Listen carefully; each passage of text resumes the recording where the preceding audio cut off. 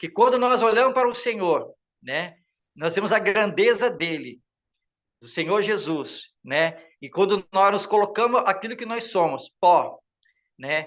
Também nós vamos olhar para o nosso irmão e nós vamos ver o nosso irmão, olhar para ele e ver Cristo nele, né? E considerar o nosso irmão superior a nós mesmos, né? Então, isso é muito importante. Eu até queria deixar o pessoal, acho que eu passei até um pouquinho. E os irmãos julguem aí ou corrija alguma coisa que for necessário.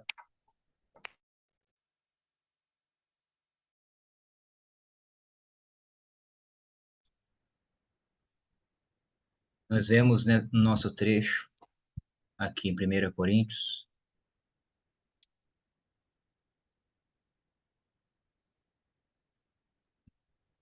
o Senhor nos comparando com uma lavoura.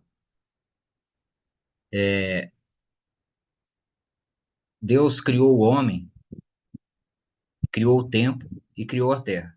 E ele nos colocou nesse contexto para viver. Então, nenhum de nós conhece ou conheceu as regiões celestiais. O único foi quem escreveu essas cartas, o apóstolo Paulo. E ele ainda diz que não sabe se no corpo, como é que foi. Mas só ele viu as regiões celestiais.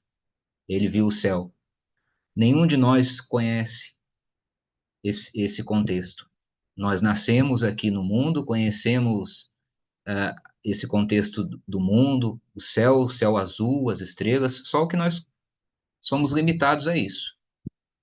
E aceitamos isso pela vontade do Senhor. E para que nós consigamos entender as coisas celestiais, a obra de Deus, ele nos mostra coisas que nós conhecemos. É como se um irmão que venha não sei, do hemisfério norte nos visitar aqui no Brasil e quiser explicar coisas do cotidiano dele, aonde a natureza é diferente, os costumes são diferentes. O que que ele vai fazer para que eu consiga entender, por exemplo, como é a neve? Eu nunca vi neve. Então ele vai usar algum contexto que eu conheça aqui do meu convívio para ilustrar isso.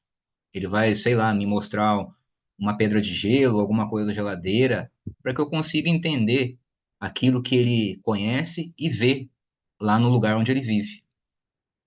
Então, o Senhor faz mais ou menos isso conosco.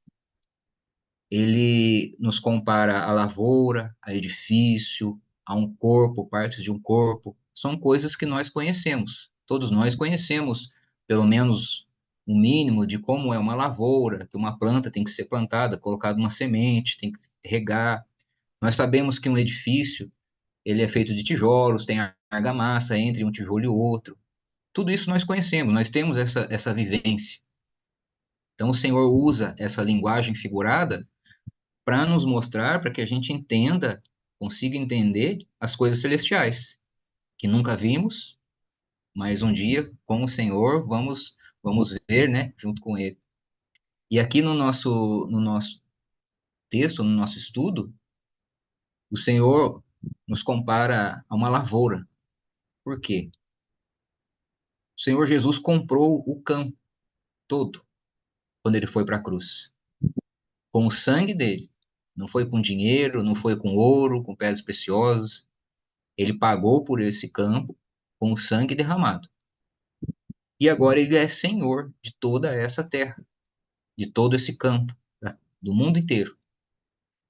E o que ele faz? Nos coloca como servos, como trabalhadores. Como diz aqui no versículo, nós somos cooperadores de Deus, somos lavoura e edifício. Assim como o irmão Benison trouxe, né? Ao mesmo tempo que nós somos servos e trabalhamos, também somos regados e edificados, ao mesmo tempo. Mas agora que o Senhor comprou esse campo, ele nos coloca como trabalhadores. E ali, nesse campo, quem conhece o contexto de fazenda, de lavoura, até trazendo para a modernidade, né? Hoje em dia o agro é maior, é o que puxa, pelo menos no nosso país, né? Nosso país não é puxado por tecnologia ou outros bens, é a lavoura. É a lavoura que, que encabeça a economia do Brasil. Então, o que que tem numa fazenda? Ali na fazenda tem tratores, tem implementos, tem adubo, tem a semente. E existem vários trabalhadores. Um opera o trator, um cuida da limpeza. Às vezes, muitas fazendas muito grandes têm segurança, ou outras que têm casas grandes, né? Tem mulheres que trabalham como cozinheiras, como lavadeiras. Assim também o Senhor nos compara com essa lavoura, onde cada um tem o seu trabalho. E de maneira nenhuma, um é menor do que o outro, mas cada um tem a sua função. E essa semente que nós colocamos nesse campo do nosso Senhor é a palavra dele. Quem sabe mais ou menos como se planta, sabe que nós abrimos uma cova lá na terra e nunca colocamos uma semente só. Nós colocamos ali no mínimo três, quatro, até mais sementes, esperando que uma germine. O Senhor sabe o local exato aonde essas sementes vão germinar. Ele é que vai dar o crescimento dessa semente. Ele é que vai saber o que vai vingar, o que não. Nós não. Então ele nos diz: saiam e semeiem o campo todo. É isso que nós fazemos. Nós não sabemos quais são as pessoas que vão crer no Evangelho, que vão receber essa salvação, mas nós lançamos a semente como evangelistas em todo lugar, para qualquer um. E mesmo depois que lançamos a semente, que é a palavra de Deus, não temos como ter certeza quem é salvo e quem não é. Eu sei que eu sou, porque eu creio no Senhor e Ele me dá essa certeza. E aos meus irmãos, cabem a mim acreditar na palavra dele. Se o meu irmão diz, eu creio no Senhor, é até aí. Me basta acreditar na palavra dele. Não me é lícito sondar o coração, a intenção do meu irmão. Às vezes nós fazemos isso, aquele irmãozinho ali, ele diz que crê no Senhor, mas essa atitude dele, o comportamento dele diz que não. Eu estou sondando o coração, eu estou sondando as intenções. Só o Senhor conhece o coração. A mim basta receber a palavra do irmão e acreditar no que ele diz. Se ele me diz sim, é sim. Se ele diz não, não. Ou seja, se ele diz para mim, eu creio no Senhor, ele é meu irmão. Não vou ficar desconfiando dele, porque só o Senhor conhece a covinha, a semente que vai germinar, e é ele que vai dar o crescimento. Nessa lavoura, né, nos contextos atuais, nós vemos aí que grandes fazendeiros, né, a, usam de tecnologia, usam de benfeitorias. Nós também usamos dessas ferramentas, né? Nós estamos aqui usando essa ferramenta virtual, esse computador, cada um com seu celular. Estamos utilizando essa tecnologia que o Senhor permitiu para levar a palavra de Deus, para levar a semente. Uns evangelistas usam essas ferramentas para levar especificamente o evangelho. Nós fazemos lives, estudo, nós estamos estudando a palavra, estamos edificando o corpo de Cristo, a igreja de Deus, com a palavra, e também estamos sendo edificados, né? Estamos sendo, como no nosso contexto, regados, estamos regando nossos irmãos que acompanham ao vivo ou que assistem essas lives gravadas. Assim como aquele fazendeiro lá no campo utiliza GPS, utiliza é, previsão meteorológica para saber o tempo, utiliza grandes máquinas, né?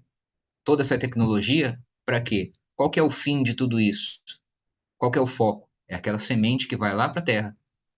Mas ele pode usar toda a tecnologia do mundo, os maiores tratores disponíveis, robôs, drone, pode usar o que for para colocar aquela semente ali na terra. Se Deus não fazer germinar e não fazer crescer, ele não vai colher nada. Assim também é com a palavra de Deus. Nós semeamos, levamos a palavra, que é a semente, mas se Deus não faz crescer, se aquela covinha ou aquele irmão onde nós estamos plantando essa semente já não foi tocado pelo Espírito Santo, não vai germinar.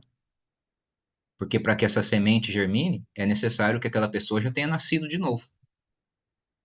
E esse nascimento se dá primeiramente por Deus, pelo Espírito Santo. Mas, como eu disse no início da minha fala, não conhecemos o coração de nenhum dos nossos irmãos, de nenhum incrédulo, não sabemos se ele nasceu ou não de novo. A nossa função é seguir o que o Senhor mandou.